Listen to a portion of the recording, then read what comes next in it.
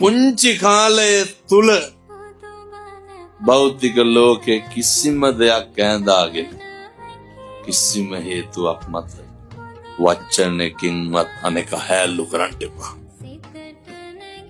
මානව ගුණ ධර්ම පුරුදු වෙන්න. බුදුවරු දේශනා කරනවා මංගල කරුණවල ගාර වෝච නිවාතෝච අනෙකට ගරු කරන්න පුරුදු වෙන්න. හිස නමන්න පුරුදු වෙන්න.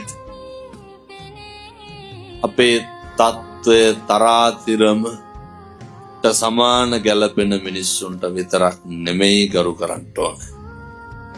ඒ ගරු කරන්න ඕන පින්නතුනේ අපේ හෘද සාක්ෂියට එකඟ වෙන්න පුළුවන් විදියට. මම පොඩි කරුණු දෙකක් කියන්න මේක අද රෑ ගිහින් කරන්න ඕනේ.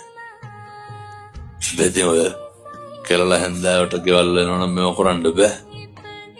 මොන මෛත්‍රියද? හැන්දෑවේ නිදා ගන්න කලින් ඔය මුළු ලෝකෙටම මෛත්‍රී කරන්න. මේක කරන්න පුළුවන් වෙන්නේ මොන ආත්මෙද? මිනිස් වෙලා ඉපදුනා විතරයි පින්නතුන්. මේවා සත්තුන්ට කරන්න පුළුවන්. වෛරක්කාරයෝ නැති වෙන්න කියලා ප්‍රාර්ථනා කරන්න. පැත්තන්ගේ හිත්වල මේ වෙනකොටත් ඇති ඔවුන්ගේ මලගෙදරකටවත් යන්නේ නැහැ කියලා හිතාගන්න. අහගන්න.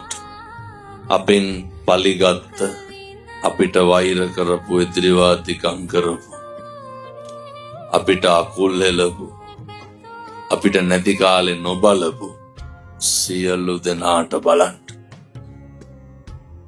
ජීවිතේටවත් හැක් කරලා බලපු